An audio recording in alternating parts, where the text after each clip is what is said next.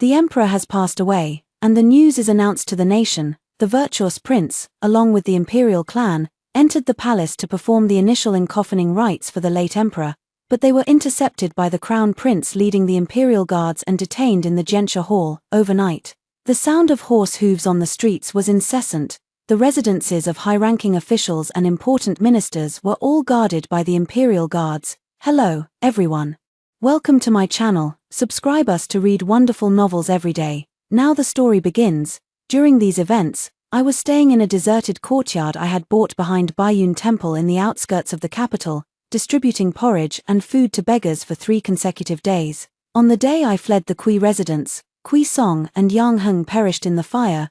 Zhao Che arrived a step too late, so he burned down the entire Kui residence, publicly accusing me of murdering the Kui couple. Setting the fire to destroy the evidence, and fleeing the scene, fortunately, I managed to secretly connect with Duke Sheng using Yang Heng's final letter. Duke Sheng Yang Shao announced to the world, recognizing Wen Qiu as his adopted daughter. I can imagine that with Kui Song's death, the crown prince is bound to be like a startled bird, eager to settle the matter of his ascension to the throne, but the imperial guards can only be mobilized with the tiger tally held by the crown prince.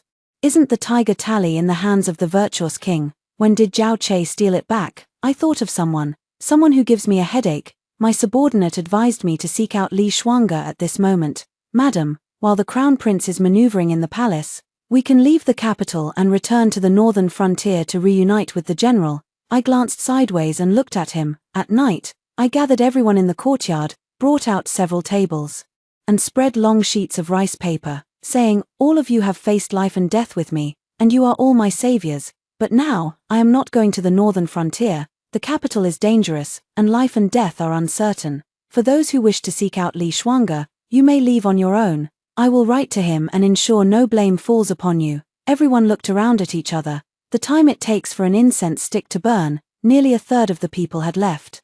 The moonlight was like water. As I ground the ink in my hand, the sound neither hurried nor slow. Those who remain, now that Kui Song is dead. If the Li family claims the throne, I am a palace consort. If the Yang family claims the throne, I am an adopted princess. If the crown prince or the virtuous prince claims the throne, I can also be considered a sister-in-law. I slowly raised my head, looking at each of them one by one. Those who wish to follow me, Ming Wenqiu, shall no longer address me as madam, but as master. Those who seek to earn status and renown in these chaotic times, write your names, origins, and details of your parents, wives, and children on this paper. One day, as long as I live, the living will be rewarded according to their merits, and the families of the deceased will receive posthumous honors. Before long, the first person stepped forward and wrote down his name. The crowd quickly grew fervent, passing the brush around to write their names. In the corner of the courtyard, 4 or 5 people remained unmoved, their faces filled with hesitation.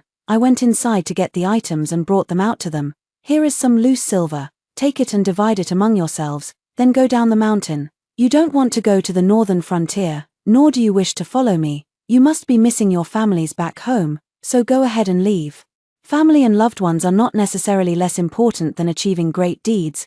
Those men took the silver, thanked me repeatedly, and then went down the mountain. But there was one person who stood out from the rest. Can I both take the money and write my name? I sized him up. He wore coarse clothing, had an ordinary appearance, and spoke in a steady voice. I remember him. It was he who kicked away the sword Yang Heng used to kill me. What's your name? Li Mu. Li Mu's mother is ill.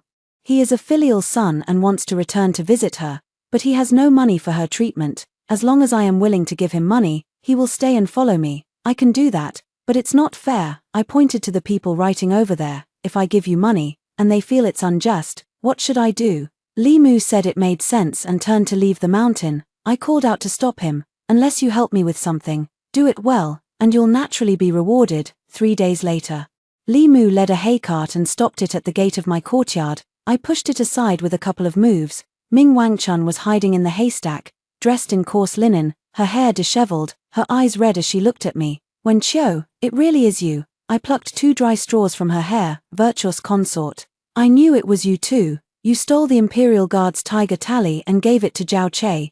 Thinking back to when the Crown Prince said he wouldn't kill me, it was only because of my 3 sisters. I knew my eldest sister had done something foolish, but I never imagined it would be this foolish. He exchanged 1 xia for me. I had no choice.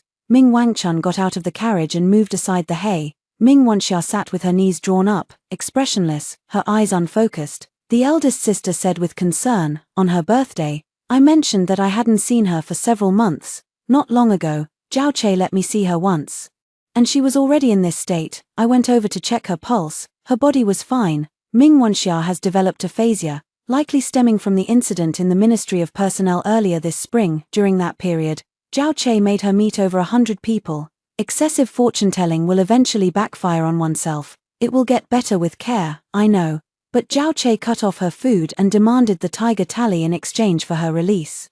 I had no choice but to betray Zhao Mingcheng. The eldest sister helped the second sister walk into the courtyard.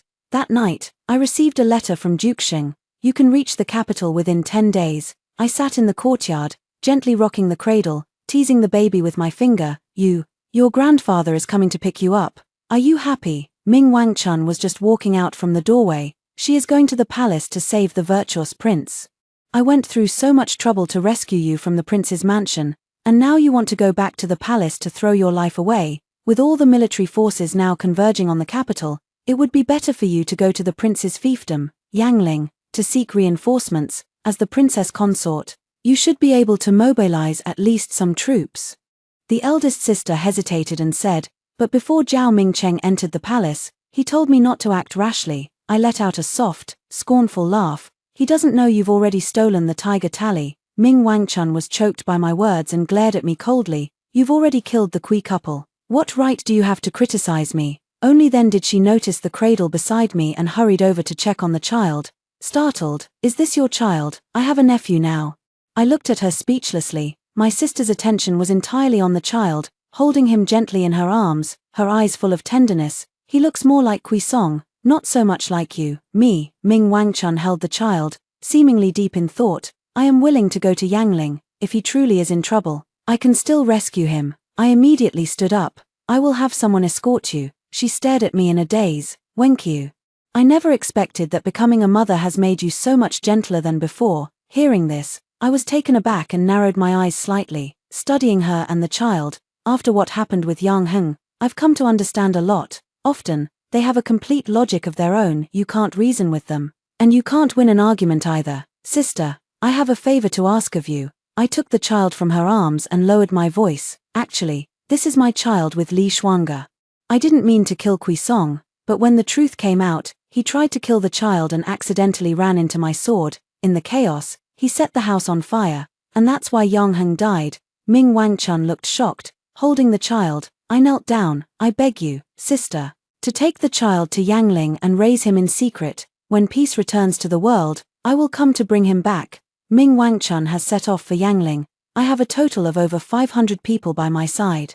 And aside from Li Mu, I've sent them all to protect her. Then what about you? She asked, standing at the front of the carriage. I gently touched the infant in the swaddling clothes with the back of my hand. Sister, don't worry about me. You must protect him. If he dies, I won't live either. Ming Wangchun was deeply moved and swore to me with an oath to the heavens. Sister, have you given him a name? Ming Chao. My hope for the Ming dynasty rests entirely on him. After my eldest sister left, I settled my second sister at Baiyun Temple and returned to lock up the courtyard. I walked to the palace gate. I'm here to see Zhao Che. Zhao Che was in a state of utter distress.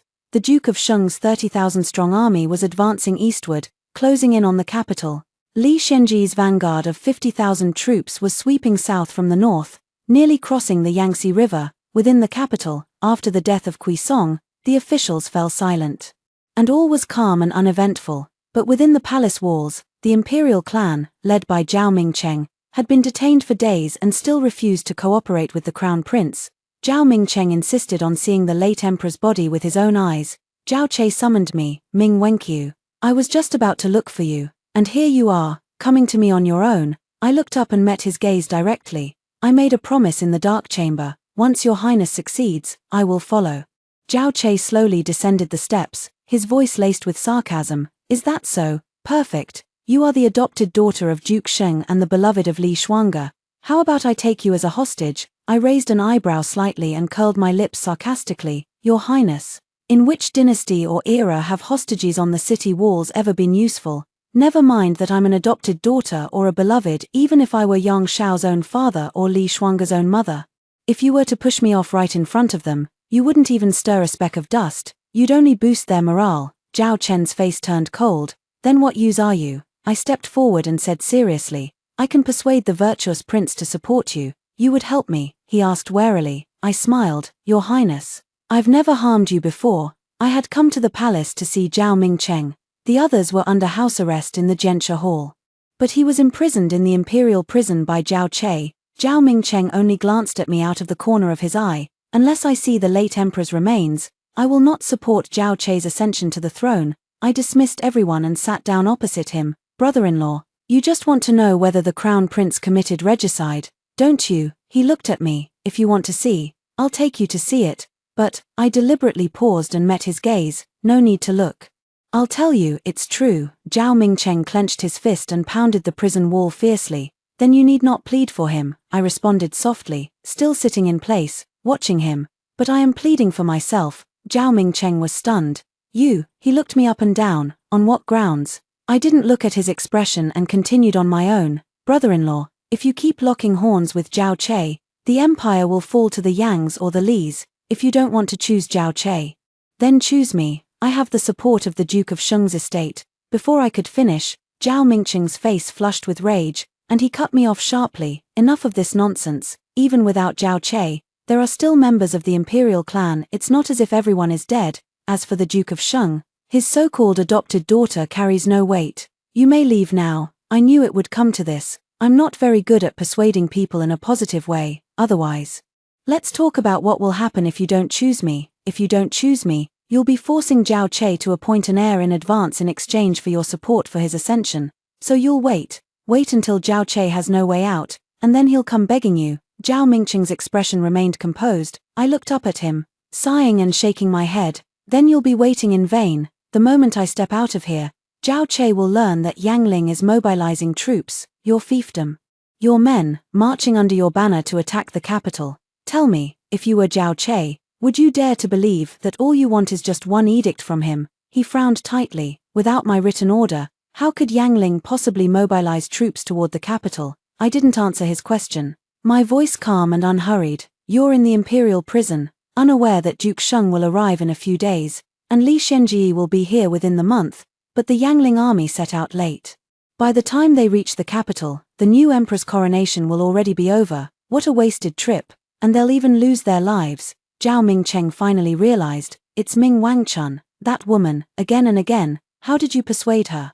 I said, "This can save you." I smiled as I looked at him. I wasn't lying, it really can save you now. Zhao Mingcheng was speechless for a long moment. He looked at me coldly. "Even if I wanted to listen to you, who would agree? You're not from the Zhao family, and you're a woman. How could you become emperor?" "Who says I'm not from the Zhao family?" I took out the jade pendant left by Consort Kui. "Look, don't I look like a little princess who was lost among the common people?"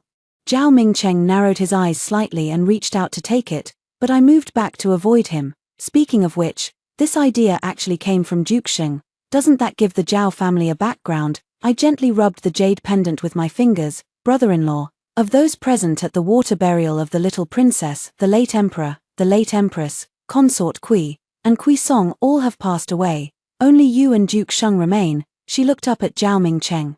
"Brother-in-law, as you see, I am now a widow, with no husband or children. I only seek to serve one emperor in my lifetime, and you only wish to keep the imperial lineage from falling into outside hands. Why not do this? I will become the emperor of the Ming dynasty and leave you an imperial edict, allowing you to designate an heir from the imperial clan. After my death, the throne will be returned to the Zhao family." Zhao Mingcheng stared at her, his gaze slightly tempted, and his tone unusually serious. "Ming Wenqiu, even if I could agree to this, would the Duke of Sheng grant you the throne? Would Zhao Che believe the fabricated background we created? If even one person refuses, everything you've said to me today is nothing but a ridiculous joke." I carefully put away the jade lock and gave him a faint smile. "Brother-in-law, I've said enough to you. On the day the crown prince ascends the throne, it may not be peaceful.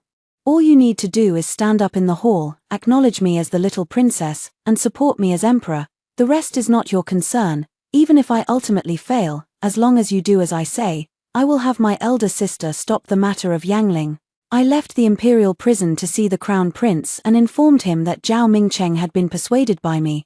The crown prince was overjoyed and began preparing for the enthronement before the spirit tablet. Determined to accomplish this major event before the Duke of Sheng arrived in the capital, I walked out of the main hall and saw fourth sister, third sister. It's been a long time. Ming Jedong stood under the covered corridor, draped in a dark purple crane feather cloak, toying with a round fan in her hand. An extravagant gold-wrapped phoenix tail hairpin adorned her hair, its feathery ends trembling lightly. She had been living in the palace this past year, nurtured with utmost care. Her skin was snow-white, her features delicate and lovely, and she seemed to have grown even more radiant. But it's only October, and she's dressed so heavily she must be getting more and more sensitive to the cold. My gaze shifted slightly upward, landing on the phoenix hairpin in her hair. This was the late Empress's keepsake, she said, tilting her chin up slightly. Sister, does it look good on me? It suits you well. I took a second look, it fits perfectly in the hand. On the day of the enthronement before the coffin, the sky was overcast. The virtuous prince and the imperial clan entered the hall, while court officials stood outside. Zhao Che knelt 3 times and kowtowed 9 times before the coffin. According to the procedure, the next step is for the High Minister to read the imperial edict. However, when the late emperor passed away, only Zhao Che and the 4th princess were by his side, so the authenticity of this edict remains unknown. Just as the reading was about to mention Crown Prince Zhao Che, Zhao Mingcheng frowned, hesitating as he prepared to step forward, but unexpectedly, someone beat him to it by half a step. Dressed in mourning white, the 4th princess rushed from behind the hall, half of her body leaning over the late emperor's coffin. Weeping with overwhelming grief, the reading of the edict also ceased, and everyone looked on in shock. Even Zhao Che was frozen in place. After a long moment, a maid went to pull her up. Ming Jedong cried so hard she could barely catch her breath, barely managing to stand upright before suddenly pushing away those around her, pointing at Zhao Che's nose and sobbing out accusations. You still want to be emperor? Bah, it was you who poisoned his majesty. You killed the late emperor. She supported herself on the coffin with one hand, pointed at Zhao Che with the other, and suddenly knelt forward. Wise king. Esteemed members of the royal family, can a treacherous villain who murdered the late emperor, an unfilial and disloyal rebel, be allowed to ascend the throne? The entire hall fell silent, not daring to even breathe. Zhao Che's figure suddenly swayed, his face flushed red. He took 2 steps forward, clenching his fists. You're insane. What poisoning? I've never done such a thing. The 4th sister leaned against the coffin, sitting on the ground. If that's the case, do you dare let the coroner examine the body? Zhao Che looked down at his 4th sister, his gaze murderous, and cursed in a low voice. You're insane, completely insane. Who told you to do this? Zhao Che turned to face the crowd, his voice rising and falling with emphasis. After the banquet that day, everyone seated at the front was detained in the hall, thoroughly searched overnight, and each was registered. Was there anyone who claimed to be poisoned at the time? The emperor's sacred body must not be harmed. If there is any suspicion now, we should first attend to the imperial mourning, then summon those on the registry for a full investigation. No one dared to respond after these words were spoken. At that time, everyone had left their names, including both me and Li Shuanga. Zhao Che suddenly waved his hand, intending to drag the 4th sister away. Ming Jedong, leaning against the late emperor's coffin, slowly stood up and nearly roared, "Who dares?" She looked at everyone one by one, raised her chin, placed her hand on her lower abdomen, and the corner of her mouth lifted almost imperceptibly. I am carrying the late emperor's posthumous child. Who among you dares to lay a hand on me? She cast a cold, penetrating gaze at Zhao Che and let out a chilling laugh. Let me see, who among you dares to touch me? Zhao Che stared at her belly in disbelief, his chest heaving with rage, too furious to speak. Posthumous child.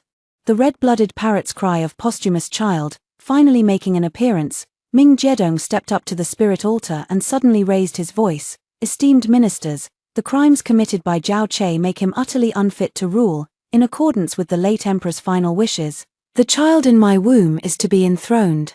With the virtuous prince assisting in state affairs, I shall temporarily assume the throne until the new emperor comes of age, at which point I will return governance to him. The crowd began to murmur in low voices. The late emperor's harem produced no offspring for over a decade. How can we trust this claim of a posthumous child? Both sides lack verifiable proof.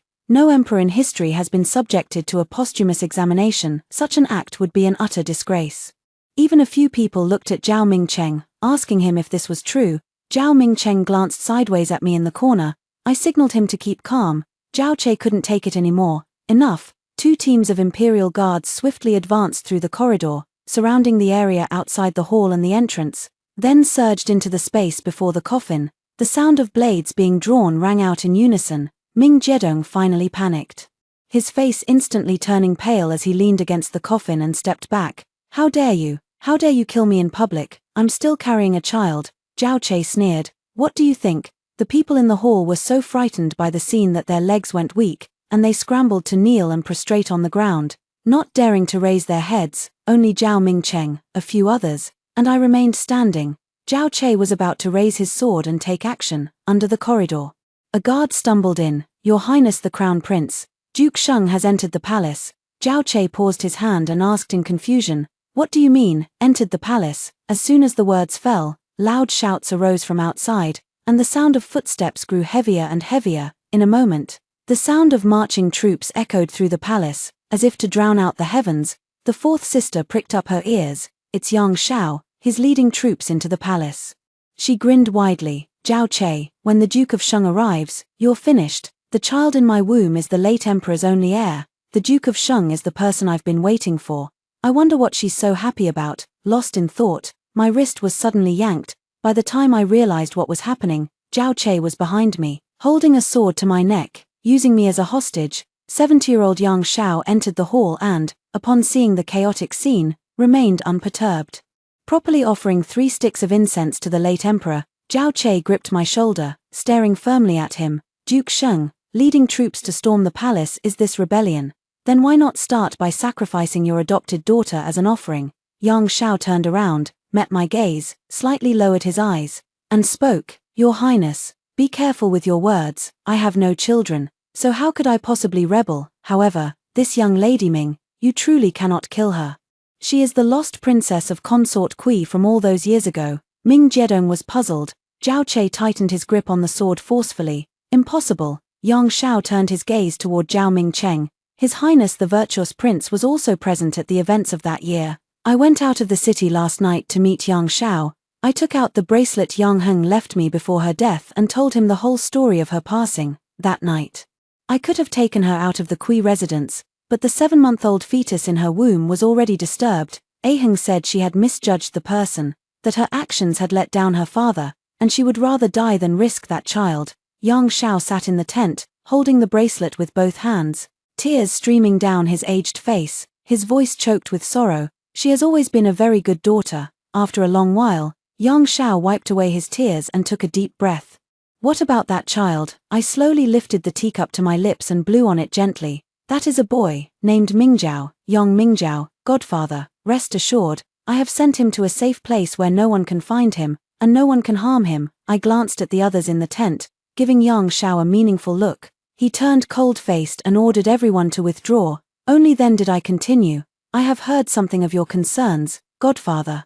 But the world is ever-changing. You are already over 70. How many more years can you reign as emperor? I did not come today because you summoned me. I came to find you. I took a sip of tea to moisten my throat and said, an adopted daughter is naturally not as good as a biological one. But since your own daughter has passed, your adopted daughter should be closer to you. Godfather, why not consider supporting me? My parents died early. I honor you as my imperial father.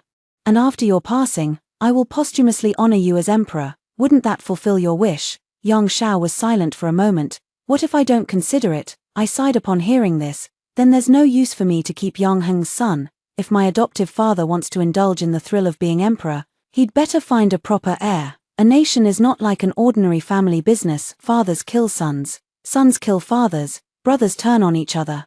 Husbands and wives become enemies. I wonder if an adopted son would be better than a biological grandson. I had just stepped out of the tent when I was unexpectedly blocked by swords, forcing me to retreat 2 steps. Adoptive father, have you made up your mind so quickly? I panicked and shouted at him. Enjoying the joy of family, playing with your grandson, how wonderful.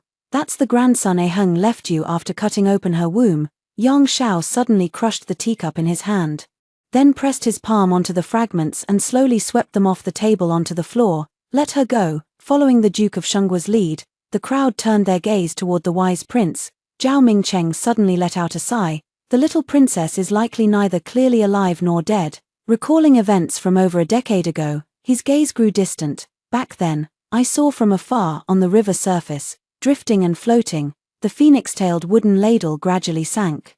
Just as it was about to disappear completely, a wave suddenly overturned it, and the infant's swaddling clothes fell into the water.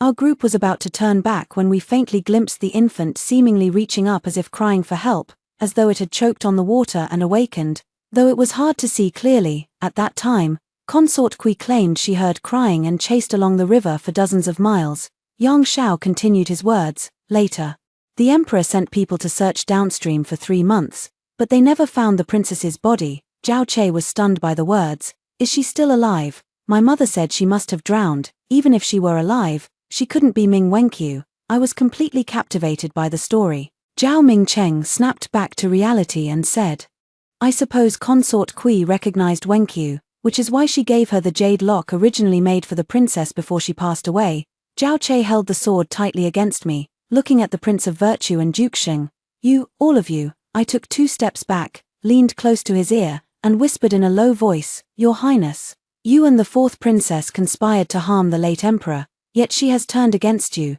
You have no hope left. If you kill me, you will surely die. And she will become the ultimate winner. Now, Duke Sheng's 30,000 troops are stationed outside the city. Think for yourself if you cooperate with me. I lowered my gaze to look down at him. At the very least, I will spare your life. 4th sister walked up to Duke Sheng and Prince Xian, staring directly at me and Zhao Che, a triumphant smile on her face. Zhao Che, you poisoned the late emperor and attempted to silence me by killing me. You should be executed immediately. Even if you are holding my sister hostage, I, having received the late emperor's grace, will uphold justice over family ties and will not let you go. Zhao Che was so angry that his teeth itched. He pushed me forward and threw down his sword heavily. Unarmed, I walked to the front of the crowd. I never harmed the emperor, and I am willing to undergo a thorough investigation, but not by you. He pointed at the 4th princess. You have no status or title. Who knows whose child you're carrying? He seemed to recall something, glancing at the crowd with a cold sneer. Don't forget, Lady Ming was married before. She might even be Li Shuangge's. Ming Jedong's eyes widened in shock. She rushed over, grabbing his collar, her chest heaving with rage. You monster! She bit her lip until it bled, shoving him with all her might. Why don't you just die? Zhao Che straightened his collar, looked up at her, and let out a disdainful sneer. Zhao Che and Ming Jedong had a complete falling out. One was suspected of murdering the late emperor, and the other had unclear royal lineage, making neither eligible for the throne. That left only me. The virtuous prince and Duke Sheng placed me on the throne without shedding a drop of blood. I immediately issued an oral decree, confining the former crown prince Zhao Che to the Eastern Palace. Until the cause of death is thoroughly investigated, he will not be executed. As for Ming Jedong, she shall remain in the palace to nurture her pregnancy. Once she gives birth, further judgment and punishment will be determined. The late emperor was sent to the imperial mausoleum for burial. After everyone had left, I sat on the dragon throne, gazing at the jade lock in my palm, and a sense of melancholy rose in my heart. Li Mu interrupted my train of thought. Master, the general's letter has arrived again. He paused. You always have me send false messages to delay his march, and now that he's heard of your ascension. Li Shuangge wrote a letter severing ties. Every line was filled with resentment. I hear that upon your ascension to the throne, your schemes have been deceitful, maneuvering among all sides, deceiving me as if insulting a dog. So pleased with yourself, I fear you have long forgotten me. If we meet again in battle, I shall trust you no more. The general idea is to congratulate me on my maneuvering to become emperor, having deceived him thoroughly. And that if we meet on the battlefield in the future, he will no longer trust me. After reading it several times, I picked up my pen to write him a reply. My lord. Li Mu saw these 2 words and suddenly coughed. I gave him a cold look, and he tactfully stepped back. I continued writing. My husband, how could you believe such slander and let this misfortune befall me? Since we parted, I have thought of you day and night, unable to eat or sleep, my spirit worn thin. How could I have willingly endured the insults and deceit from Kui and Song? Now, in the capital, I am clearing obstacles and securing your position, hoping for your swift return. I cut off a lock of my hair, tied it with a red thread, and placed it in the envelope. Li Mu took the letter. Will this work? Let's give it a try first. 3 days later, Li Shuangge replied. I opened the envelope, But there was no letter inside. Instead, a lock of hair tied as a symbol of marriage fell out. Drifting gently into the palm of my hand, tied by marriage, without a doubt, Li Mu, it's useful. Of the 4 people my father prophesied, Kui Song is dead, the crown prince is imprisoned, the virtuous king follows me, leaving only Li Shenji. They all possess the destiny of a sovereign. I stand atop the city wall, gazing at the distant scenery of the capital. It feels as if I've returned to that night when my father summoned us 3 sisters. If a physiognomist wishes to alter someone's fate, they must be closely related. You 3 will marry 3 of them, use your skills to influence their hearts, pull the strings, shift the course of events, and change the fate of the realm. Second sister frowned. Father, that leaves 1 person short. Then, we can only take a gamble, just as my father had predicted. Out of the 4 of us, 3 were married off, and now, only 1 remains. That night, after my 2 older sisters had left, he kept me behind alone and spoke to me at length.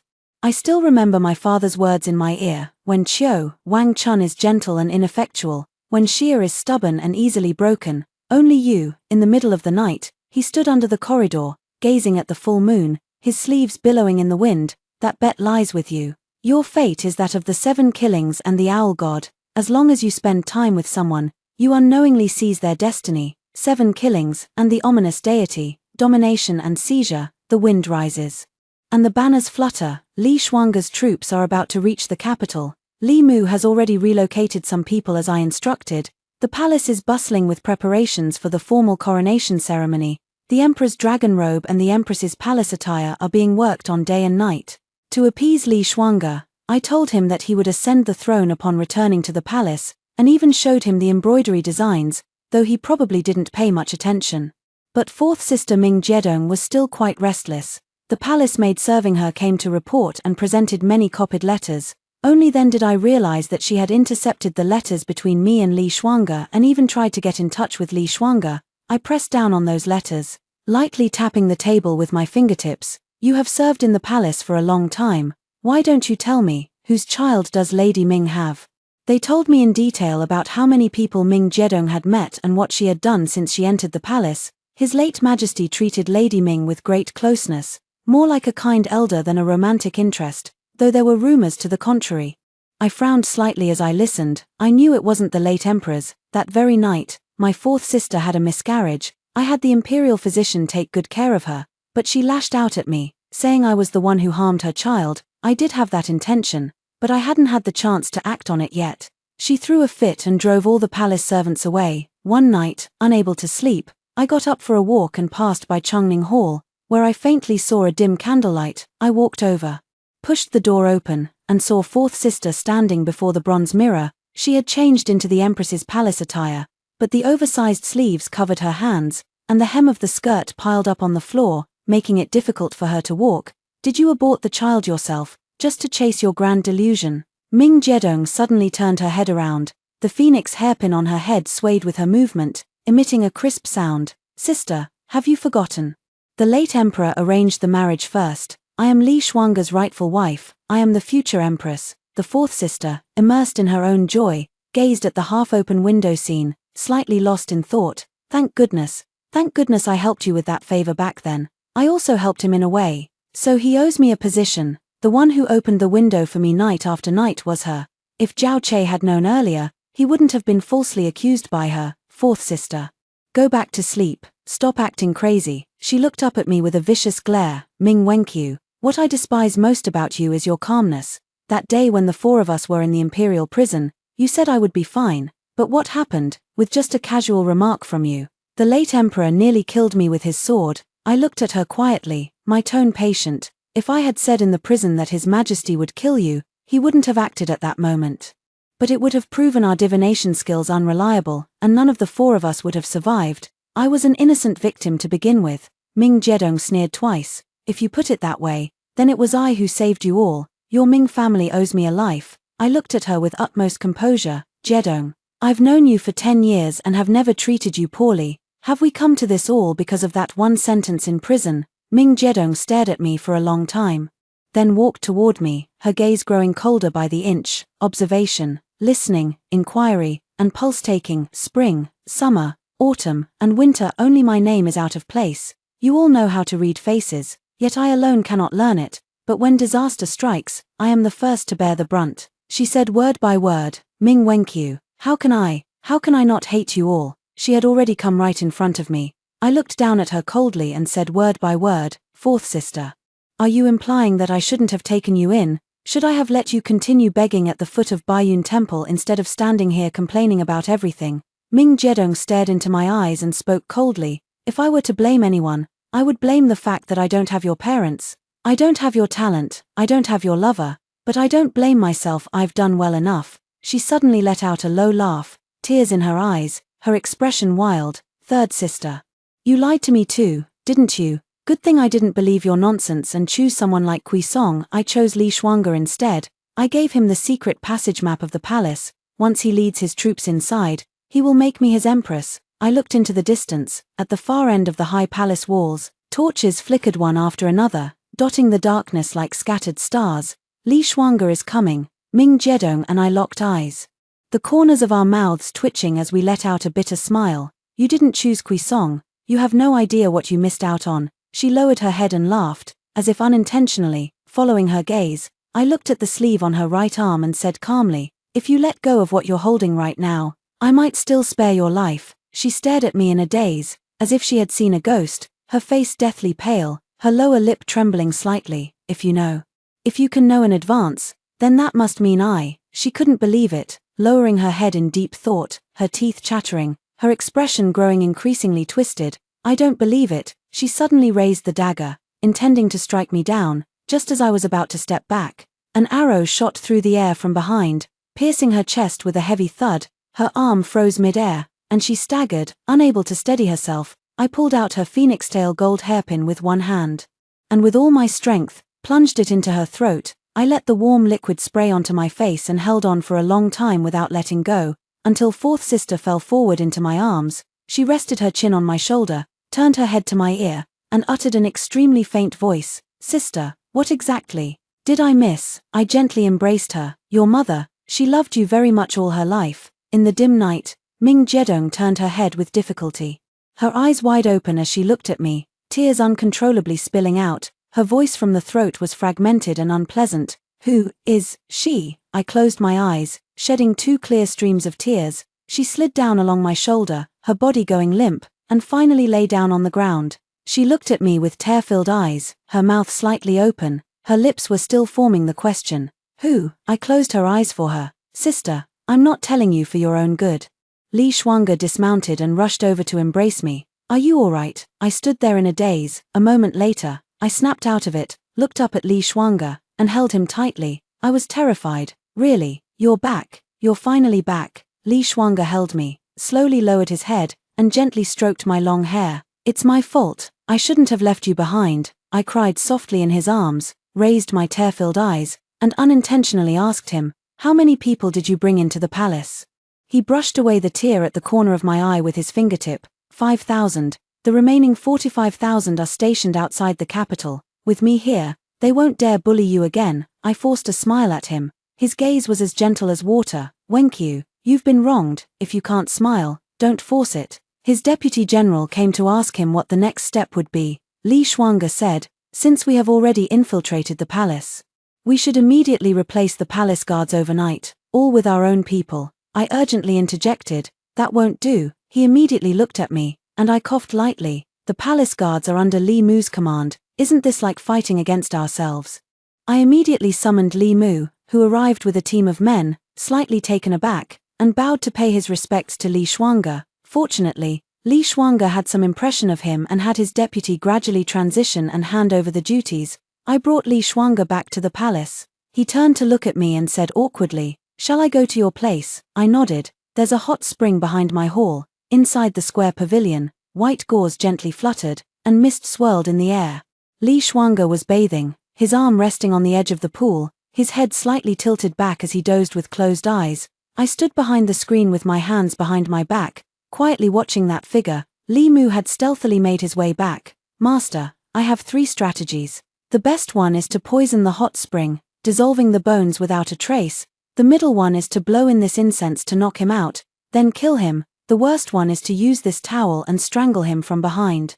I turned to look at him and remained silent for a long while. Leave the towel, you may go. Li Mu suddenly understood and placed it in my hand. Use a clever technique. He mimed a strangling motion. The mist drifted lightly as I set the tray by the poolside and placed my hand on his arm. Li Shuanga suddenly opened his eyes, grasped my wrist, yet dared not turn to look at me. I am not such an impatient man, he said, lowering his voice out of consideration for me. We can wait until after the grand wedding. My heart stirred slightly. Throughout the ages, there has been a difficult question, between the kingdom and the beauty. If one could only choose one, what would a general choose? Li Shuanga casually turned his head to look at me. The kingdom or you? Seeing that I remained silent, he said indifferently, I choose you. I smiled faintly. Li Shuanga said, what are you laughing at? Did I answer wrong? I used my other hand to hold his hand. You're wrong. If it were me, I'd take it all. He suddenly let out a light laugh. Then, noticing I was too close to him, his Adam's apple bobbed slightly as he asked me to wait for him outside. I moved closer, staring at him, and slowly reached my hand into the water. Consider me impatient. Then, Li Shuanga stayed in my palace for 3 days and 3 nights. Not a single person was seen. During this time, his several deputy generals came over a dozen times, all of whom I quietly intercepted. In the dimly lit hall, Li Shuanga waved aside the bed curtains, slowly stepped down from the bed, and stood before the candlestick. He coldly reached out and extinguished the candle flame. The bedchamber plunged into darkness. Expressionless, he continued forward, pushing open the windows with both hands. Suddenly, he raised his hand to shield his eyes, unable to look directly at the glaring daylight outside. You're awake. I got up from the bed and went to open the palace door. After a short while, the palace attendants came in, opened all the windows and doors, and carried away the candlesticks. The hall was bright again. Li Shuanga looked at me expressionlessly through the courtiers coming and going. Are you using such tactics against me? It won't harm your health. I walked around behind the bookshelf, pulled out the bright yellow scroll, and handed it to him. Between the realm and the beauty, you choose the beauty. But if the beauty chooses the realm, what would you do?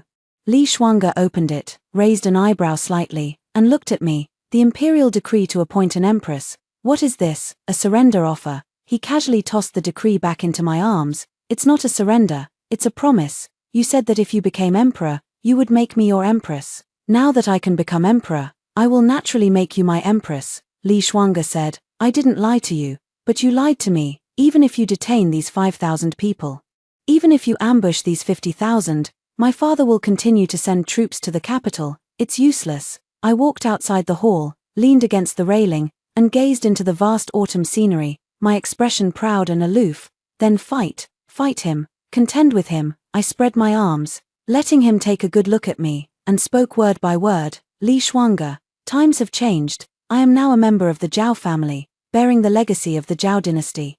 With the Zhao clan behind me and the Duke of Sheng's mansion at my back, I am the rightful heir to the throne, while your father is a rebel who defied authority. If I do not quell the rebellion, should I simply hand over the empire? I let out a long sigh and looked into the distance. Regardless of victory or defeat, it could take as little as 3 to 5 months, or as long as 70 to 80 years. I turned to look at Li Shuanga and handed the imperial edict to him again.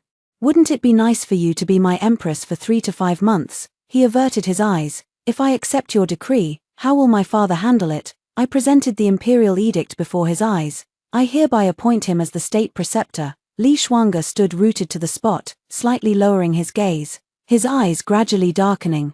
Just as I thought he wouldn't accept it and was about to withdraw my hand, he suddenly snatched the scroll, gripping it tightly in his palm. The back of his hand strained with excessive force, veins faintly pulsing. He closed his eyes in pain. Word by word, he said, Ming Wenqiu, you treat me like a dog to be humiliated. After scolding me, he took the imperial edict and left, lowering his head as he walked forward, unrolling it to read more carefully, and accidentally bumped into Li Mu. Li Mu quickly walked to my side. Master, did you tell him that the family members of the Li family are in our hands? I pursed my lips and shook my head. Didn't get to use this move. Don't tell him. Li Mu looked at me with slight surprise. Hope his mother won't complain to him either. I was silent for a moment. It doesn't matter if he knows. Li Mu couldn't help but sigh. The master made so many preparations and stood ready. But it turns out he was the easiest to deal with. I turned and started walking back. You may address me differently now. Li Mu was taken aback for a moment, then took 2 steps back, clasped his hands together, and respectfully knelt down. Long live your majesty. 1 month later, I ascended the throne and proclaimed myself emperor. Li Shuangge was infeft as empress, while Yang Shao, the Duke of Sheng, was honored as the Grand Emperor. Ming Wangchun was granted the title of Grand Princess, Ming Wanxia as princess, and Yang Heng, daughter of the Duke of Sheng, was posthumously honored as Princess Shunwen. I honored Li Shuangge's father, Li Zon, as the emperor's father-in-law, which infuriated him so much that he fell ill and wrote dozens of letters cursing Li Shuangge. Li Shuangge wrote back to persuade him, "This woman is destined by fate. Unfortunately, she is captivated by me. Your descendants may also benefit from the imperial throne. All thanks to my efforts. If you feel no gratitude, that is one thing, but to blame me instead is truly unjust. I heard that Li Zon was ill, so I sent Li Mu to the northern frontier to share his burden." Prince Xian Zhao Mingcheng made a special trip back to Yangling to divorce his consort, Ming Wangchun. "I am deeply immersed in the affairs of the court, full of unpredictable changes, and I am not a suitable match for you." My elder sister also accepted it calmly. She married the virtuous prince initially due to her father's plan, and later it was merely a choice among four, selecting a kind man. Ming Wangchun remained in Yangling, keeping his hair and practicing quiet cultivation. The second sister has fully recovered and has been brought back to the palace by me. I took her to meet the enemy, the crown prince. Zhao Che was confined in the eastern palace. He sat quietly inside the room, staring blankly at the crack in the window. Occasionally, the sparrow would flit by, and only then would his eyes flicker with life, as he let out a faint, dazed laugh. Ming Wanxia watched the scene and sneered coldly. "Your Highness, so selfish and cruel, to have fallen to this state is truly gratifying." Zhao Che stiffened at the sound of her voice, turning rigidly toward the door, lifting his gaze to her with utter indifference. "Useless, you could only help me this much." Second sister's eyes burned with hatred, as if recalling something. Then she turned to look at me. "Do not give him food, only a bowl of rice bran each day. I want him to live in hunger every day." I had someone carry it out. After all, I only promised Zhao Che to spare his life. Ming Wanxia looked at him calmly. "Your Highness, the hunger you avoided during the famine relief years ago will be repaid for the rest of your life." Zhao Che twitched his lips, turned his head away, and fell silent. I placed that phoenix-tail gold hairpin on the table. The late empress's keepsake, returned to its rightful owner. Zhao Che stared at the phoenix hairpin in a daze, then suddenly snatched it and clenched it tightly in his palm. "Where is she? Is she still alive?" I looked at him with utter calm. "Dead, you."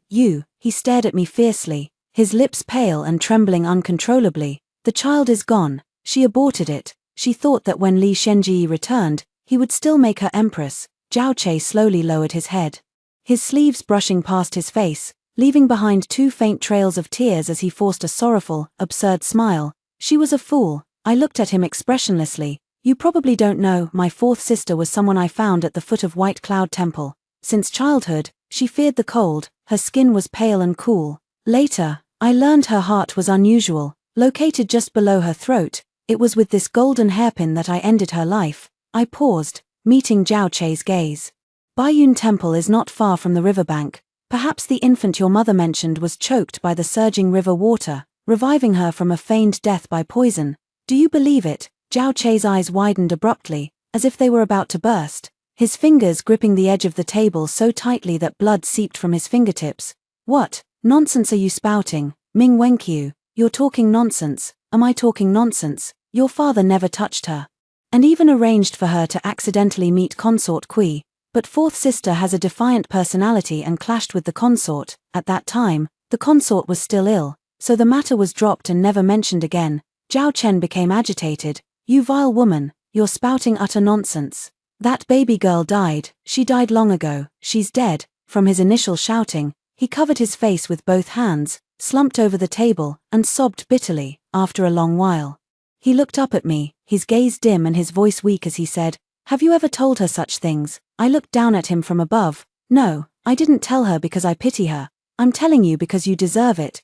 Zhao Che collapsed to the ground in despair, hunched over, clutching the golden hairpin tightly, burying his face in the earth as he let out continuous, agonizing wails. Ming Wanxia and I left the Eastern Palace. On the way back, I asked her, "I want to ask second sister, why did you choose the crown prince?" I turned my head to look at Ming Wanxia. From the looks of it now, Li Shuangge might not outlive him. Ming Wanxia turned her head to look at me. "As bad as I am as an older sister, I wouldn't choose someone you like. 5 years later, Duke of Shang, Yang Shao, fell critically ill. I personally escorted young Mingzhao back to the southwest to help him inherit the title. On his deathbed, Yang Shao lay in bed, his eyes slightly open.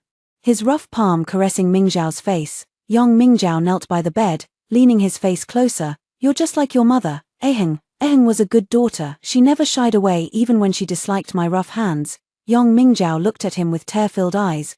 Grandpa, Yang Shao seemed to be thinking of Aheng. He laughed through his tears, his eyes clouded, his words faltering.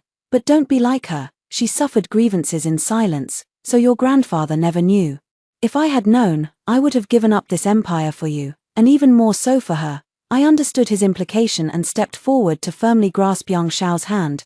Father, rest assured, I will protect the Ming dynasty, I said, looking at the 75-year-old Yang Shao, my nose tingling with emotion. Father, please don't blame me. Yang Shao slowly shook his head and let out a soft sigh. I do not blame you, although I have not seen Chaoa for many years. I understand your Majesty's concerns. Your Majesty, in truth, I have met your father. His divination was remarkably accurate. Aheng became a princess, but I could never become an emperor. Yang Shao passed away. 5-year-old young Mingchao became the new Duke of Shang. I left behind a large group of trusted aides to guard the estate of the Duke of Shang for him, so that the collateral branches of the Yang family would not bully him. After returning to the palace, Zhao Mingcheng was waiting for me.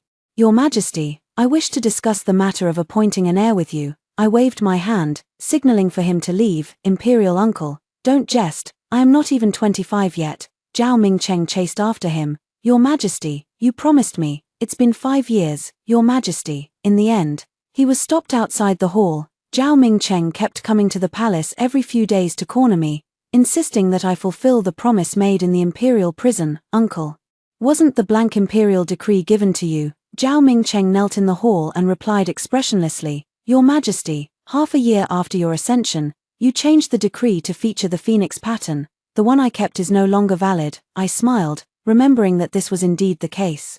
Oh, then there's nothing to be done. I am a woman, so of course the phoenix takes precedence. Zhao Mingcheng said, Your Majesty, you promised me that you would only reign for one lifetime and would establish a member of the Zhao clan as your successor. Your Majesty, you won't go back on your word, will you? I helped Zhao Mingcheng up from the ground with both hands. Uncle, do not worry, I have not forgotten, nor will I ever forget. I need to plan carefully and devise a cunning strategy.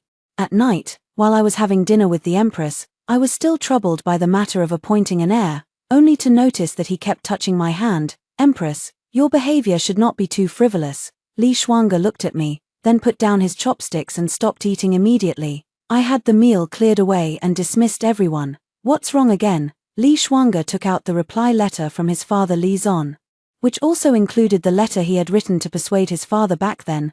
The new letter paper had only 4 words written in brush. Son, where is the grandson? Li Shuangge angrily put down the letter. Now, I've become the grandson. I couldn't help but laugh. Gently taking his hand and playing with it on my lap, Li Shuangge turned his head, clasped my hand in return, and looked over calmly. 5 years, have you made up your mind? If you don't want me, you can find someone else.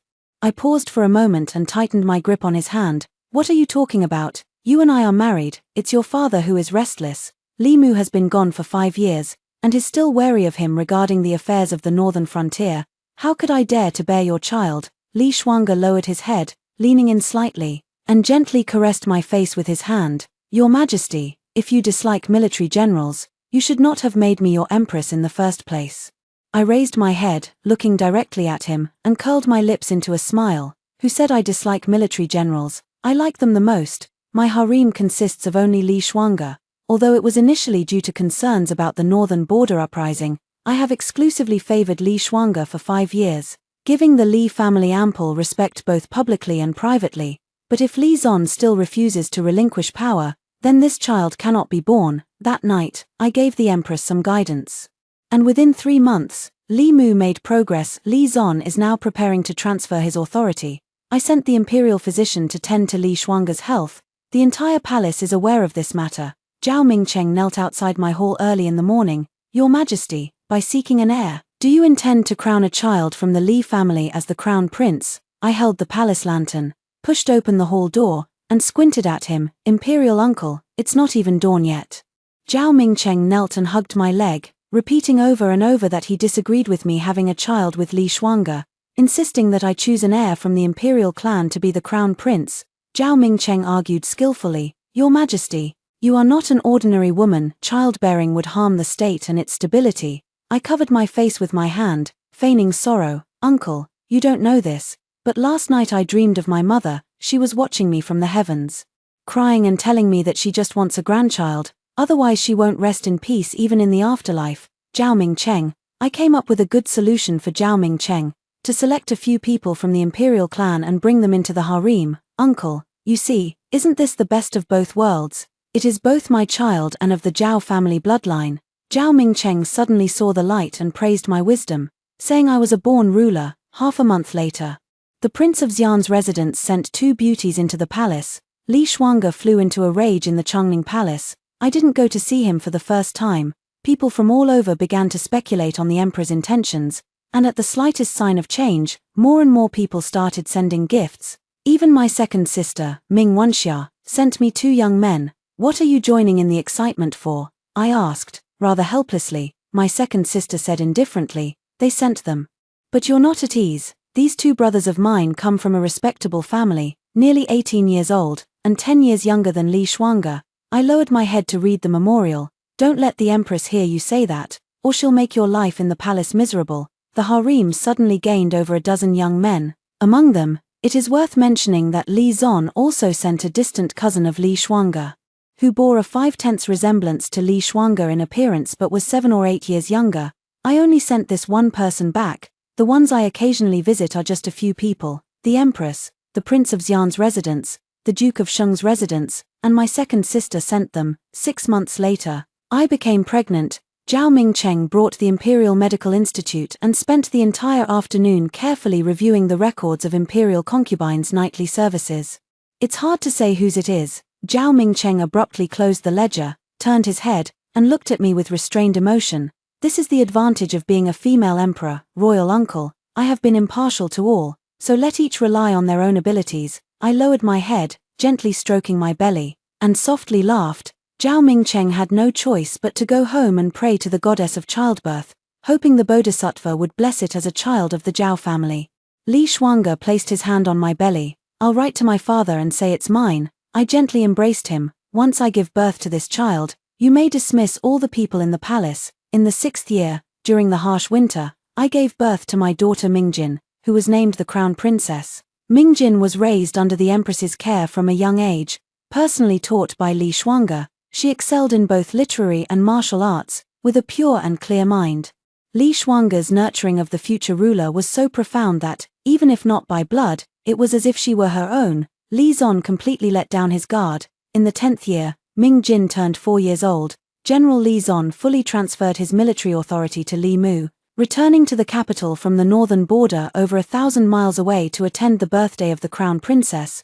Ready to enjoy family happiness, at the birthday celebration, Ming Jin climbed onto Li Zon and, following Li Xianji's instruction, addressed Li Zon as grandpa. Li Zon picked her up, looking her over left and right, but couldn't tell if she was a member of the Li family. At that moment, a light snow began to fall quietly. Li Zon placed Mingjin back into the arms of the palace attendant and, raising his head inadvertently, met my gaze. I stood quietly on the white jade steps, draped in a black phoenix-embroidered cloak, with attendants holding an umbrella behind me, and smiled as I watched him. I sit on the dragon throne, while Li Zon stands below. After 15 years, I finally get to see General Li again. Li Zon's ears twitched slightly as he glanced backward, squinting his eyes. Realizing that axe-wielding guards were hidden on both sides of the hall, Li Zon closed his eyes. "So it turns out your majesty truly holds a grudge to this extent. For the past 10 years, hearing that a daughter of the Ming family had ascended the throne, I thought it was just my own suspicions playing tricks on me. It seems this visit to the palace has finally put my mind at ease." I gripped the armrest of the dragon throne, carefully and attentively tracing its contours. Who could ever forget the murder of their own mother? Li Zon, do you know why I waited all these years? My Ming family are descendants of diviners. How many people in the world have tried to use money and power to force us to read their fates? If I or my father had wanted your life, killing you 100, 1,000 times would have been as easy as turning over a hand. Li Zon's voice echoed through the hall. Your Majesty, is it just to sit on the throne I most desire and use the Emperor's own words to tell me that the Li family will never have a chance to rule the world? I gripped the armrest of the dragon throne, still lowering my head, and looked up at him coldly. Li Zon, your vision is no more than this. I waited 15 years, waited for you to peacefully hand over military power, all because I wanted to kill you, but not at the cost of shattering the unity of the realm, not by destroying the peace and stability of the northern borders, not by plunging the people of the north into the flames of war. I stood up, staring firmly at him. My voice suddenly rising sharply. How could someone as short-sighted as you understand my father's deep intentions? It is precisely people like you, with such narrow vision, who secretly had your illegitimate brother pester my mother, forcing her to extract state secrets from my father, driving her to take her own life. The fire in the eastern alley back then, the man who abandoned my mother, was Li Zon's illegitimate brother. Not long after my mother's death, my father discovered this matter. I secretly followed the man and discovered he was entering and leaving the old Li residence, so I sent the crimson parrot flying over the wall and overheard the man meeting with Li Zon. It turned out that Li Zon had learned from the fire incident in the eastern alley that my father was the descendant of a fortune-teller, but my father, to accumulate blessings for my mother, had retired from fortune-telling and refused to see Li Zon despite his repeated visits. He accidentally found out that his half-brother had been involved with my mother in their youth, and knowing that my father confided everything to my mother, he intended to secretly manipulate her to gain knowledge of all under heaven, especially wanting to know whether the Li family could claim the imperial throne. Li Zon's half-brother was a good-for-nothing heir, and my father killed him without a second thought. But Li Zon happens to be the general commanding 200,000 troops in the northern frontier. Killing him alone is a minor matter. Disrupting the peace of the northern frontier is a major one. In this turbulent world, only the one who stands above all could make him surrender his military power and justifiably put him to death. My father made the prophecy that the Son of Heaven would emerge from among 4 individuals. The celestial charts and star tracks were set in motion from then on. Leading to 15 years of shifting winds and changing clouds, Li Zon admitted to driving my mother to her death, but he refused to take his own life. Your Majesty, I dare not presume to call myself your elder, but if you kill me in this hall today, are you not afraid my son Shuanga will turn against you? Step by step, I descended from the high platform. General Li, had it not been for you back then, I would never have met your son because of that parrot. Nor would this marriage have come to be. You do not know that I was born under a fierce and domineering fate. The 7 killings and owl god signify plunder. Those who become too close to me will have their fortunes seized by me. This has already come true for 1 or 2 others. I took the prepared dagger from the gilded tray, my movements utterly calm. The fate you once asked my father to divine, he specifically instructed me to convey today. Your son Li Shuanga possesses a noble destiny, benevolent, sagely, loyal, and harmonious. He is undoubtedly the purple forbidden emperor star. Li Zon was seized by 4 guards, his arms twisted behind his back. A kick to the back of his knees forced him heavily to the ground. He jerked his head up, glaring at me fiercely. Then his divination was inaccurate. I drew my blade from its sheath, walked up to him, crouched down, and whispered softly, "No, it's because I stole his imperial destiny. I've taken the throne myself, and look how well I rule." I slowly released my grip. Li Zon fell forward onto the floor, blood from his chest seeping out from beneath him, slowly spreading in all directions, forming a large pool of blood. I stood up and, without a second thought, stepped right over it. Footprints stained with blood stretched from the dimly lit hall, step by step, all the way to the brightly lit outside. Outside the hall, the wind howled, and the snow fell heavily. Swirling and drifting, I gazed at the entire imperial city, where the wind blew and snowflakes danced, the eaves and corridors blanketed in snow, all a vast expanse of white as far as the eye could see. For a moment, I felt dazed, unsure of how long I had been inside. Li Shuanga was playing with Mingjin outside the eaves. Mingjin held a handful of snow, and Li Shuanga tried to snatch it from her. Mingjin turned and ran toward me excitedly. "Mother!" She handed me the snowball she was holding. Then looked down and saw the bloodstains at my feet. "What's this?" Li Shuanga also noticed, covering her face with one hand. "Mingjin, don't look." Mingjin held his hands in hers, blinking her big eyes, looking at me one moment and then away the next, constantly asking, "What is this? What is this?" I gradually broke into a smile, bending down to look at her. "Mingjin, there are 2 kinds of snow in this world. What you hold in your hand is snow. And what lies beneath your mother's feet is also blood, both can cleanse this world and make it pure. Li Shuangge looked up at me and smiled softly. He placed Mingjin into my hands. Your Majesty, where is my father? My entire body was stiff and numb. It took me a long moment to lift my head and gaze at him quietly. For what felt like an eternity, the smile in Li Shuangge's eyes vanished instantly. He staggered back 2 steps. His gaze fixed on the blood at my feet, and made as if to rush past me. I gripped his wrist. The voice was so faint it was almost inaudible. Li Shuangge, don't look. In the 20th year of my reign as emperor, Mingjin turned 14. It was a long spring, and Zhao Mingcheng quietly fell ill. He started with a chill but still came to court every day, so I had a stool brought for him to sit on. Later, as he showed no sign of recovery, I had him stay in the palace.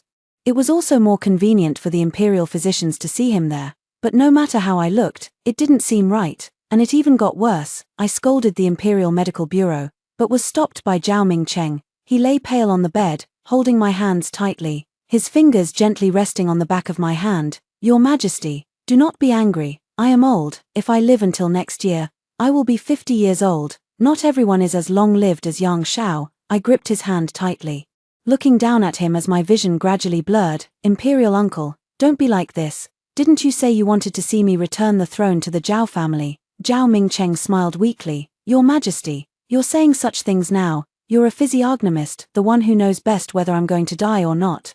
I was stunned for a moment. He slowly averted his gaze, looking up at the bed canopy above as if recalling the past, thinking back 20 years ago.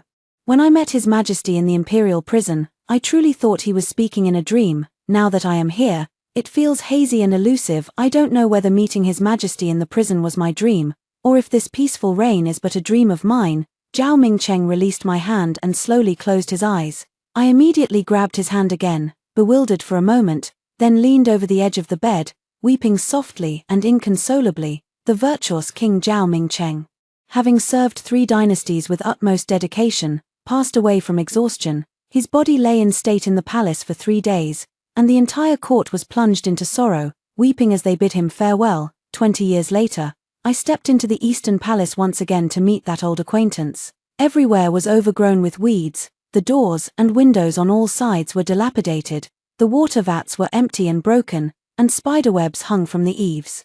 An elderly servant led me to the front of that room, first tossing a broken bowl inside to test the way, and then a thin, bony hand reached out to grip the windowsill. Zhao Che poked his head out, his hair disheveled and his appearance barely recognizable, but the golden hairpin clutched in his hand allowed me to identify him easily. He was alarmingly thin. It was as if he didn't recognize me. He opened his mouth and uttered a single word. Eat. He wanted to eat, the old servant said.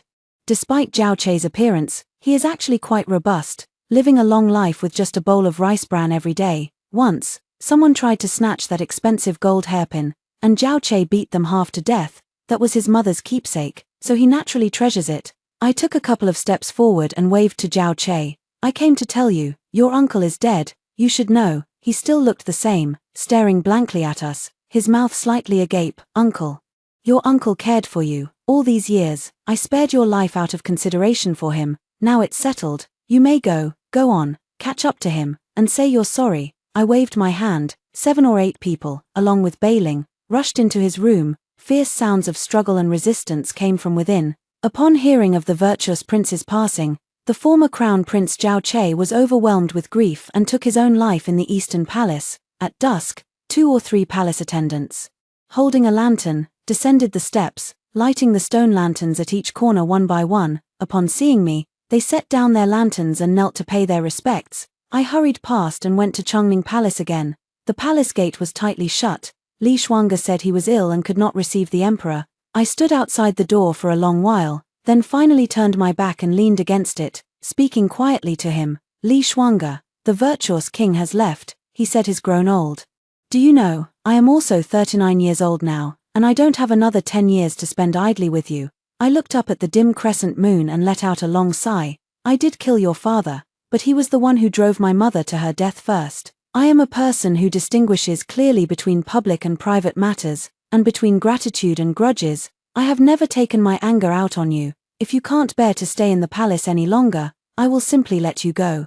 The palace door suddenly swung open from behind, and I fell into Li Shuangge's embrace. I looked up and met his gaze. He held me by the waist with one hand, staring at me coldly, his eyes filled with resentment. Ming Wenqiu, what else do you want from me? Tell me. First, it was the token, then the throne. The military power of the northern frontier, my father's life. What else do you want?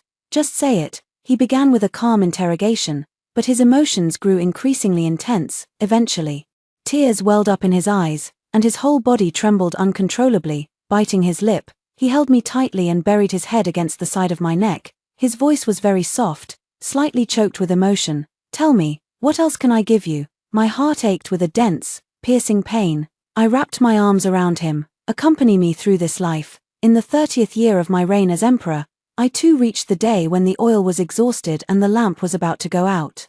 I became very drowsy, often falling asleep unintentionally, but I didn't want to sleep. Just moments ago, I was teaching Ming Jin how to handle state affairs, but when I woke up, it was Li Shuanga taking care of me. I lay weakly on the bed, barely able to lift my neck. Resting my face in the palm of his hand, Li Shuanga, I want to eat pastries. I want to sit in the carriage and eat pastries. His fingers trembled slightly as he put down the medicine bowl. Your Majesty, you cannot eat pastries. Only by taking the medicine will you recover. I lifted my face and smiled at him. I won't get better. Second sister came to see me, and she didn't even dare to lie to me. I'm going to die, Li Shuanga. He looked down at me and nodded.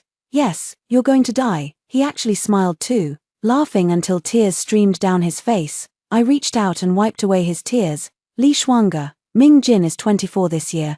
Do you think she can be a good emperor? Li Shuanga held my hand, leaned slightly toward me, and pressed my palm against his face. You take one step and calculate 10 steps ahead. Do you even plan for what comes after your death? He is so good. He is truly very good. He knew my hands were tired and I couldn't muster the energy. Reluctantly, I stroked his face, withdrew my hand, and slowly lay back down. Li Shuanga, Ming Jin is going to become emperor. You're only 52. I originally wanted you to be buried with me, but now I don't. I reached out my hand and tapped on the bedboard below, in the hidden compartment by the bed. There is the burial decree I left behind. Take it out and burn it. Li Shuanga followed my instructions, retrieved the decree drafted months ago, and carefully read it from beginning to end.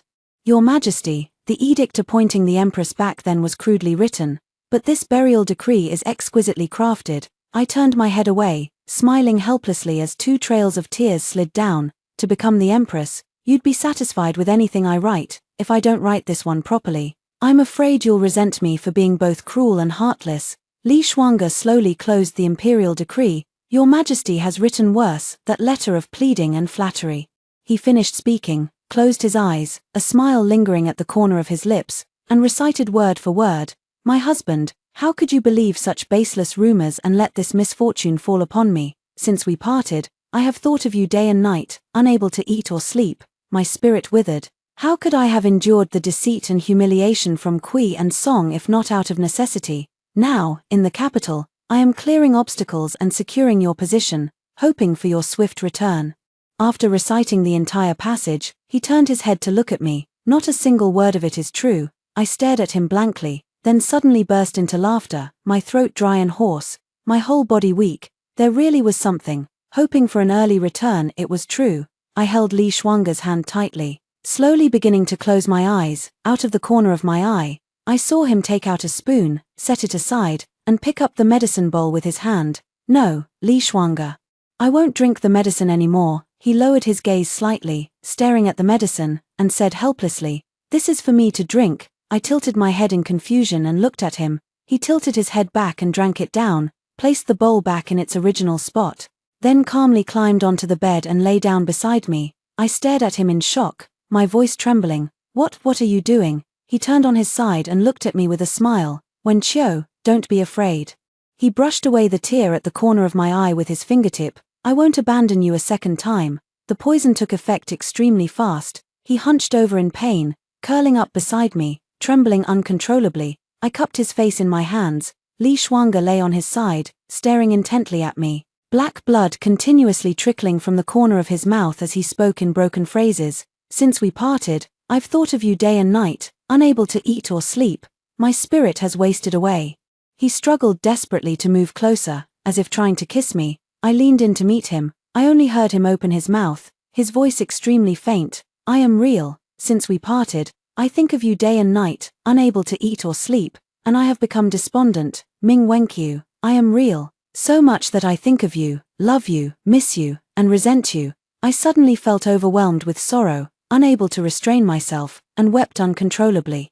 Empress Li Shuanga drank poison to follow the emperor in death. In the haze, her eyes could no longer see, her mouth could no longer speak. There was Ming Jin, there was Yang Mingchao, there was the eldest sister, the second sister, there was Li Mu. Those voices grew fainter, drifting away to an unknown end, gradually fading from her ears. I seemed to be able to see again. The young man, Li Shuanga, leaped up in 2 steps, climbed onto the wall, and held out a bird as red as fire in his palm, steadily presenting it to me. Is this your parrot? I nodded. Yes. Upon hearing this, he handed it back to me and pointed to the waterside pavilion in the courtyard. You've been coming here for several days. My father is in a meeting and dislikes being disturbed. If you get caught, you're done for. I stared at him for a moment. What's your father's name? Li Zon. All right. I was about to jump off the wall, but Li Shuanga grabbed my arm. I turned around warily to look at him.